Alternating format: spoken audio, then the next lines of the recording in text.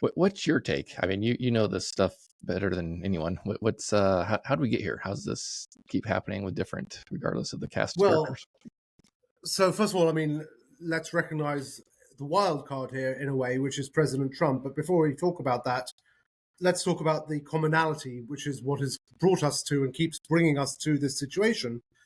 And that ultimately, I think an important part of that boils down to the unconditional political, military, and diplomatic support that the United States provides Israel that is deeply, deeply embedded in our politics to the point where it has become a conventional wisdom, an almost unquestionable wisdom.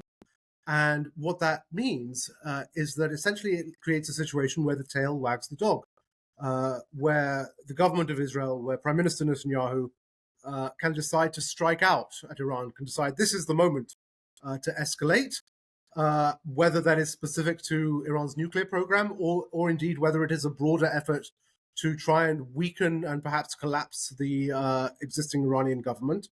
And the United States finds itself pulled in because we have provided the weapons. When the missiles start flying, we are committed to the defense of Israel, if not in treaty, at least in practice, and find it very hard to say no. And I think until we find a way to revisit that support, until we find a way to ask ourselves in a conversation where we can be very open about whether this is actually in line with our national interest, uh, then we are going to keep repeating the same mistakes of history and keep getting drawn into the potential for more and worse conflicts and for instability in the Middle East.